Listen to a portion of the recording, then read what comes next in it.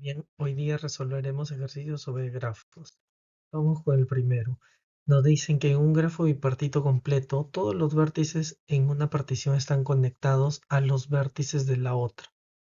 Y nos preguntan cuál es la altura del árbol generado por una BFS en un grafo bipartito completo. Y cuál es la altura del árbol generado por un DFS en un grafo bipartito completo. Entonces, para un BFS, para grafos bipartitos completos con K, N, M, tiene siempre altura 2, siempre que N y M sean mayor o igual a 2. Y para los casos atípicos como un K1, M o KN,1, la altura será siempre de 1. Con respecto a DFS, para los grafos bipartitos completos con K, N, M, tiene altura de n más m menos 1, siempre que empecemos por la partición más grande. Ahora, si empezamos con la partición más pequeña, sería que la altura es 2 por el mínimo entre n, m de los dos menos 1. Si estamos en el caso de que K 1, m, su altura sería 1, y si fuese k n,1, la altura sería 2 si elegimos como punto de partida a un nodo de m, siendo m mayor o igual a 1, mayor a 1. En este segundo ejemplo nos dicen, sea G un grafo dirigido y sean U y V dos vértices de G. Suponga que al ejecutar un DFS obtenemos pre de U, pre de V, pos de V, pos de U. ¿Podemos afirmar que existe un camino entre U y V en el grafo? ¿Por qué? La respuesta es sí. Existe un camino de U hacia V. Los tiempos pre y pos están anidados, ¿no? Primero pre de U, pre de V, pos de V, pos de U, lo que indica que V fue descubierto durante la exploración iniciada en U. En un grafo dirigido esto significa que V es un descendiente de U en un árbol de FS. Por lo tanto, hay un camino de U hacia V.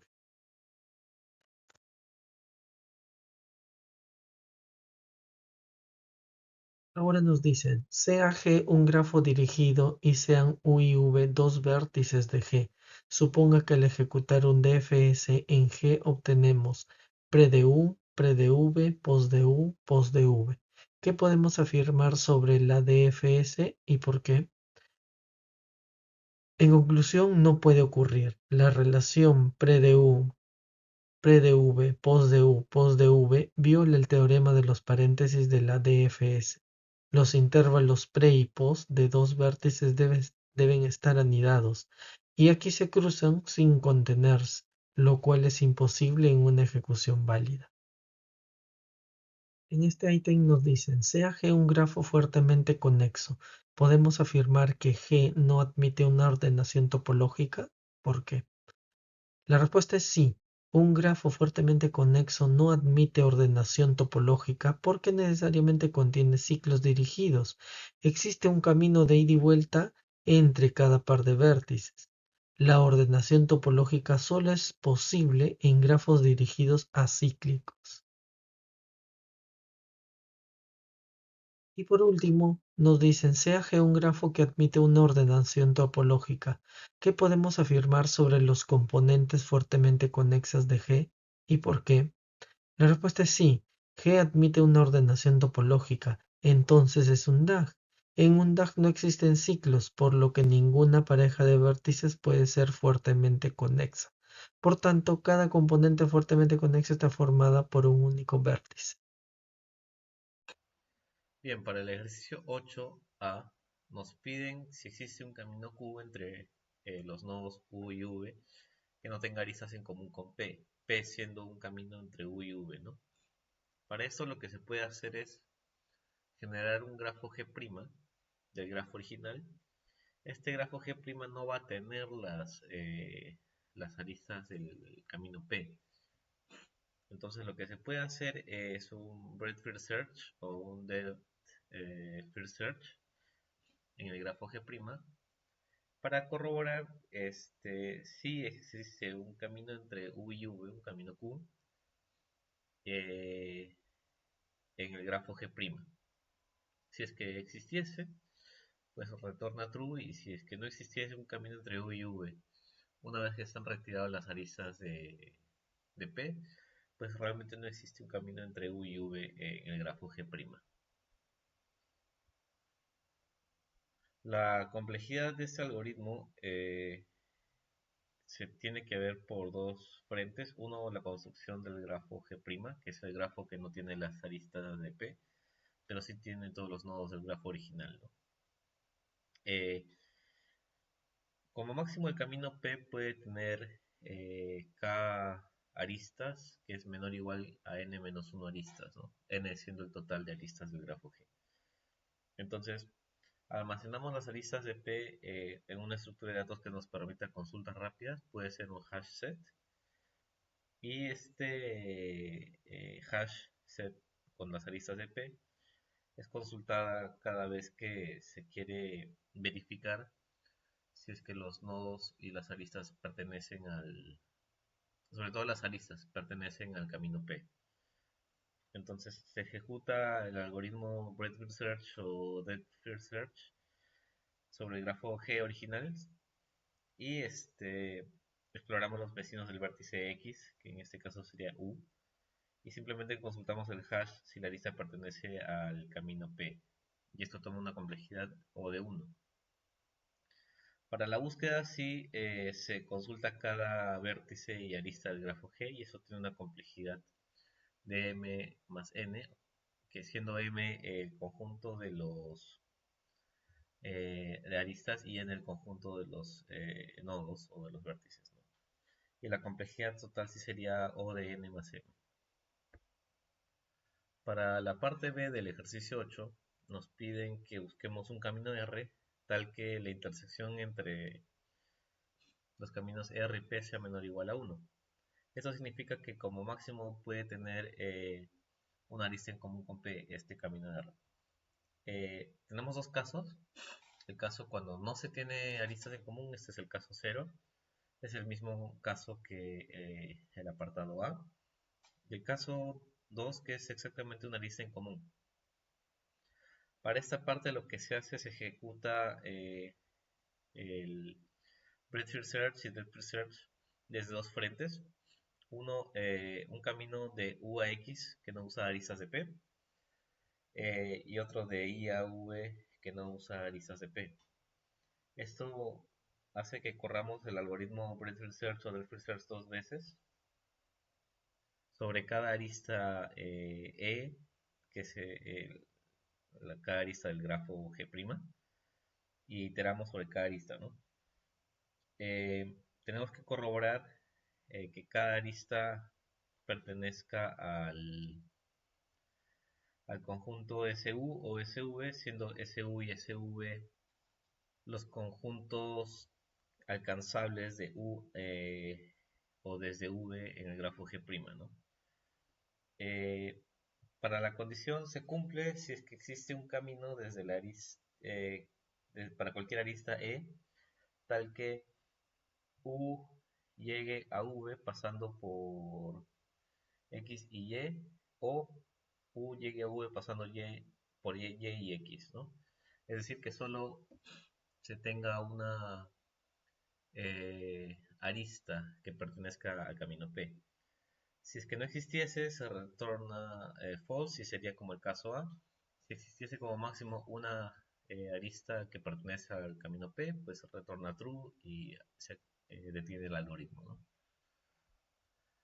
Y la complejidad total sería siendo la misma, ¿verdad? O de m más n. Bien, para la pregunta 9 nos hablan sobre el tablero de ajedrez 4x4 con las casillas enumeradas del 1 al 16, ¿no? Este grafo tiene las aristas de modo que el producto de I y J es el peso de las aristas, y las aristas I y J son adyacentes, ¿no? Nos piden que lo dibujemos. Acá podemos observar el grafo. Básicamente es un cuadrado donde de las casillas 1 al 16 Tenemos las uniones, digamos, por filas y luego por columnas. Y los pesos son la multiplicación de las casillas, ¿no? Ahora, nos piden en la parte A hallar el minimum spanning tree o el árbol generador de peso mínimo. Para esto usamos el algoritmo de Kruskal, que nos permite seleccionar las aristas más baratas que no forman un ciclo, ¿no? Para este caso, eh, acá se ha graficado el resultado del algoritmo de Kruskal. Lo que hace es tomar las aristas más baratas y poco a poco ir llegando a todos los nodos del tablero de ajedrez 4x4, ¿no? Básicamente el algoritmo de Kruskal se basa en crear una lista de todas las aristas del grafo, m aristas, y todos los n vértices se consideran un componente conexo individual, ¿no? Luego se ordenan todas las aristas de la lista en orden no descendiente y se itera sobre esta lista descendiente desde la más barata a la más cara, ¿no? Se comprueba si los vértices U y V ya pertenecen al mismo componente conexo. Si no son el mismo componente, se añaden al árbol mínimo. Y luego se unen los componentes de U y V para que se consideren uno solo, ¿no? Si están en el componente, pues ya no se añaden porque eso podría crear ciclos. Y lo que queremos es un árbol, ¿no? El algoritmo se termina cuando ya no se pueden añadir más nodos ni aristas, ¿no? La complejidad de este algoritmo, el ordenamiento de las aristas tiene un n log n, y iterar sobre los nodos es m por alfa n, siendo alfa n la función inversa de Ackermann, ¿no? Y bueno, la complejidad total aproximada sigue siendo un n log m, ¿no? En este caso sería m log m, siendo el m el número de aristas. Para la parte B nos piden el árbol mínimo, asumiendo que el vértice 1 es la raíz.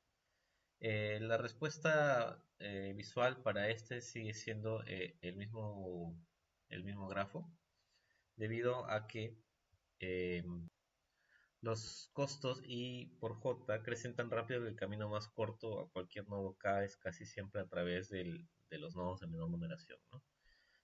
Para eso se usa el algoritmo de Dijkstra, lo que nos permite crear un arreglo de distancias de manera que tenemos las distancias mínimas de cierto nodo a todos los demás nodos.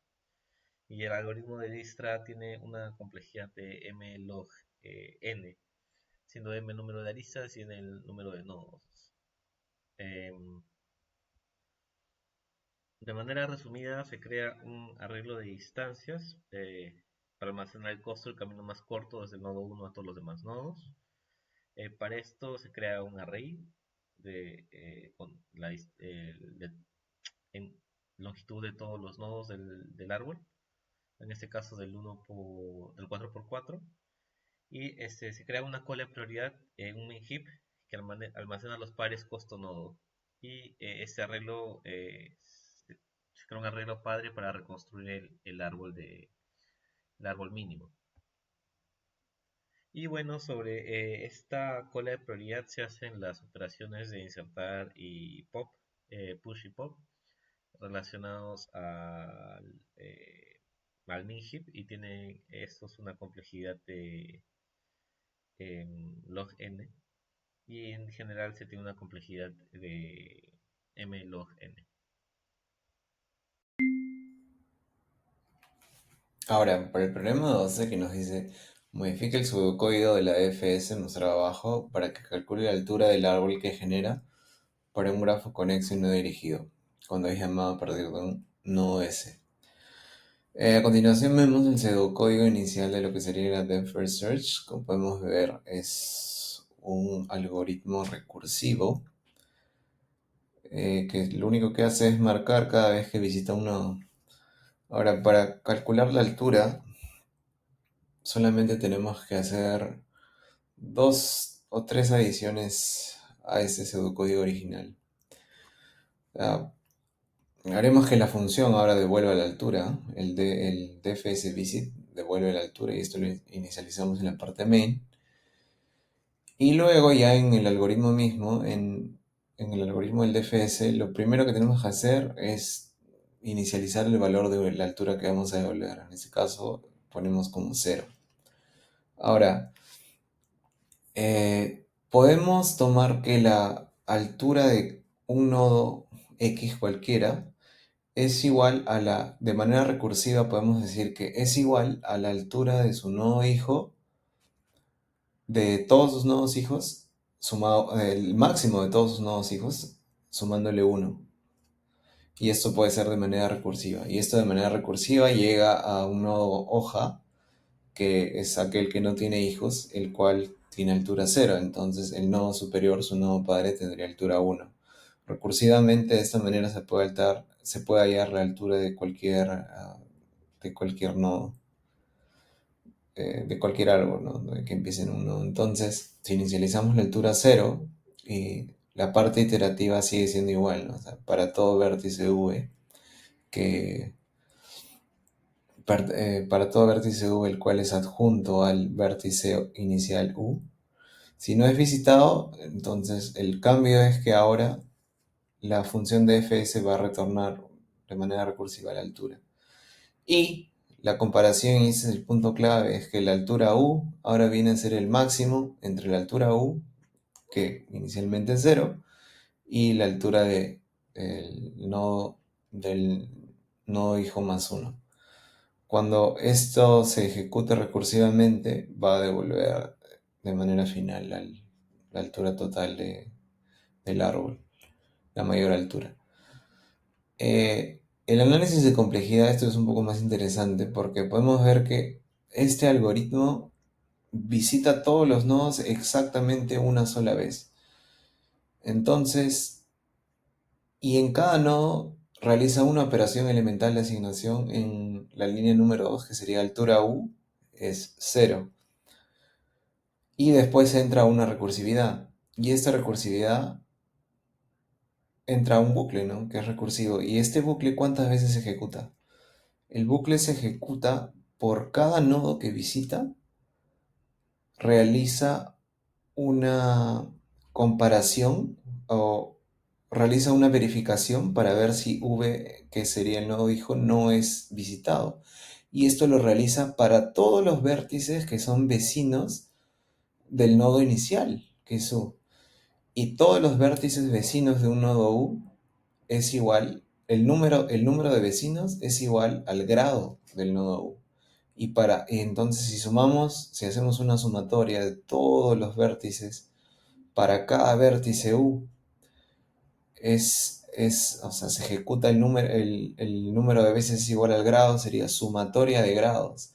Y como este es un grafo no dirigido, conexo, entonces el número total de iteraciones sería igual a 2 veces el número de aristas, 2 veces c.